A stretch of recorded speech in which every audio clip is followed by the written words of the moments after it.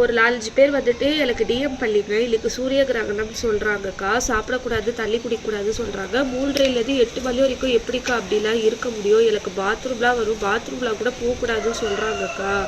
அப்படிலாம் வந்துட்டு கிடையாது. பாத்ரூம்லாம் வந்தால் கண்டிப்பாக போகலாம். இல்லை நான்லாம் வந்துட்டு பாப்பா வயிற்றில் இருக்கும்போது சூரிய கிரகணம் வரும்போது பாத்ரூம்லாம் வந்தால் நான் கண்டிப்பாக போவேன்.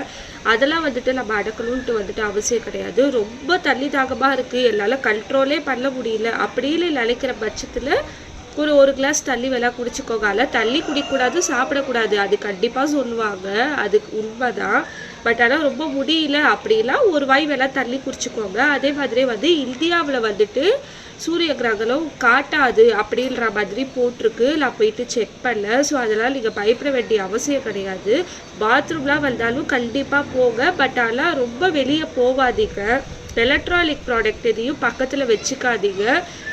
கட்டில் மேலே படுக்க வேணாம் சொல்லுவாங்க, பாய் போட்டு படுக்கிறதுக்கு ட்ரை பண்ணுங்கள் கண்டிப்பாக. எலக்ட்ரானிக் ப்ராடக்டையே பக்கத்தில் வைக்க வேணாம்னா அதெல்லாம் வந்துட்டு வைப்ரேஷன் உண்டாகும்ல, ஸோ அதனால வைக்க வேணாம் சொல்லுவாங்க. மற்றபடி பயப்படுற அளவுக்குலாம் பெரிய விஷயம்லாம் கிடையாது சூரிய கிரகணம். யாரும் பயப்படாதீங்க, கொஞ்சம் உடம்பு பார்த்துக்கோங்க.